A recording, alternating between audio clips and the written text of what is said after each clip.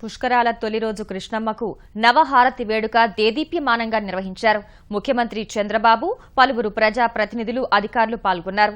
పవిత్ర సంగమం వద్ద దీపం వెలిగించి కృష్ణానదికి హారతి కార్యక్రమాన్ని ముఖ్యమంత్రి చంద్రబాబు ప్రారంభించారు.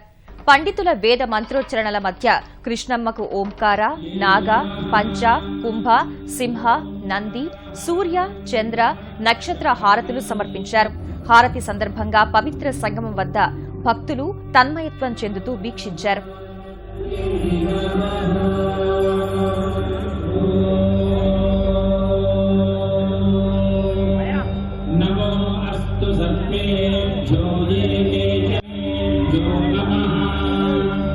అఖండ కృష్ణ